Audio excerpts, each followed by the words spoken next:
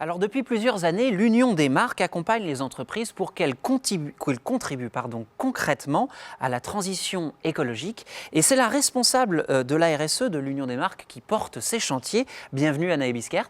Bonjour. Bonjour. Alors, je voudrais que vous puissiez nous dire justement tout ce que vous faites pour aider les entreprises sur ce chantier qui est au-delà d'impératifs.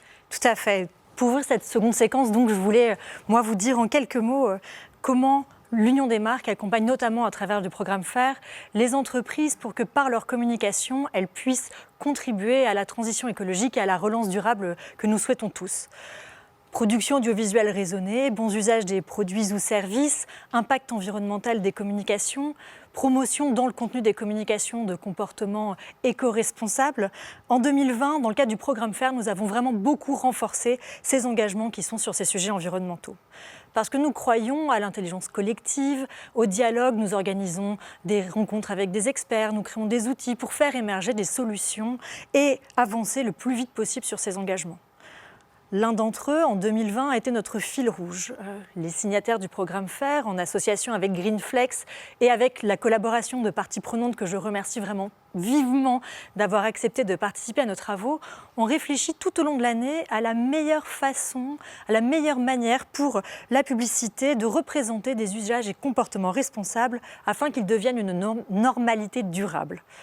En effet, en ce qui concerne la lutte contre le changement climatique, par sa capacité à représenter des scènes de la vie quotidienne dans laquelle nous pouvons tous nous identifier, la publicité peut valoriser ces comportements et faciliter leur adoption.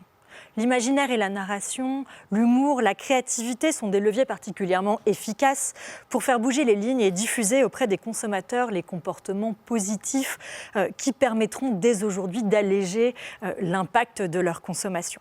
C'est pourquoi, de ces réflexions, est né un guide pratique dont les marques vont pouvoir s'emparer pour faire évoluer le contenu de leur communication et favoriser ainsi la transition écologique. Ce guide, vous en découvrez là quelques pages en ce moment même.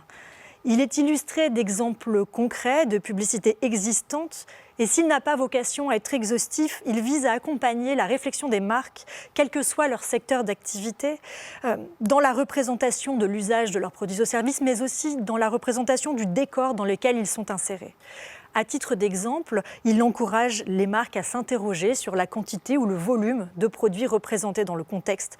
Au regard du contexte de la publicité, il leur propose de représenter des pratiques optimisant la consommation de ressources, écran noir, éco ou basse température, eau froide ou les gestes de tri associés aux produits promus. Pour ce qui est du décor, celui-ci pourra évoquer des habitudes de consommation plus durables, éclairage, chauffage modéré, produits électroniques en nombre raisonnable et éteints. Nous espérons que cet outil pédagogique, développé par les marques les plus avancées dans le cadre du programme FAIRE, sera utile à l'ensemble de celles qui mettent la responsabilité au cœur de leur action. En 2020, l'Union des marques accélère et ce sont plusieurs travaux, plusieurs chantiers que nous mènerons de front. Laura Boulet l'a évoqué lors de la première séquence de cette matinée, puisque nous allons travailler pour promouvoir plus efficacement la diversité et l'inclusion en renforçant nos outils sur ce sujet. Mais nous allons aussi nous intéresser au sujet de l'impact environnemental de la production et de la diffusion publicitaire.